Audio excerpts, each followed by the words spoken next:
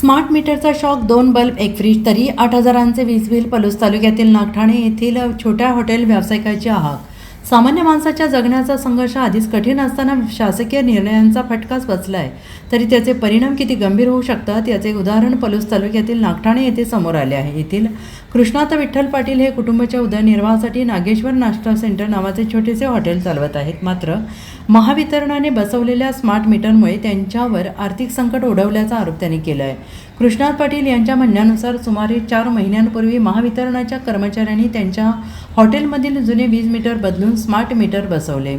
त्यानंतर त्यांच्या वीज बिलात अचानक मोठी वाढ झालेली आहे. विशेष म्हणजे त्यांच्या नाश्ता सेंटरमध्ये विजेचा वापर अत्यंत मर्यादित आहे. 2 LED ट्यूब आणि 1 LED बल्ब, 1 फ्रीज एवढ्याच उपकरणांचा वापर होत असूनही पूर्वी दरमहा सुमारे 3 ते 3.5 हजार रुपये वीज बिल येत होते. मात्र स्मार्ट मीटर बसवल्यानंतर हेच वीज बिल थेट 8 ते 8.5 हजार रुपयांपर्यंत पोहोचल्याचा दावाच केला जातोय. केवळ 2 बल्ब आणि 1 फ्रीज वापरून एवढं मोठं बिल कसं काय येऊ शकतं? नाश्ता विकून मिळणाऱ्या अत्यल्प उत्पन्नातून एवढं बिल भरायचं कसं आणि कुटुंबाचा खर्च कसा चालवायचा, असा संतप्त सवाल कृष्णात पाटील यांनी उपस्थित केला आहे.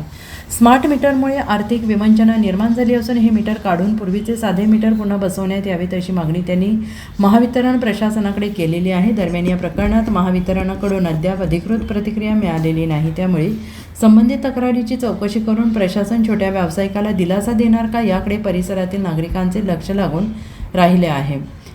मी कृष्णात विलास पाटील, राहणारे नागठाणे, तालुका पुणे, जिल्हा सांगली. स्मार्ट मीटरबद्दल मला माहिती सांगायची होती. पहिले बिल आमचं 3-3.5 हजार पर्यंत येत होतं.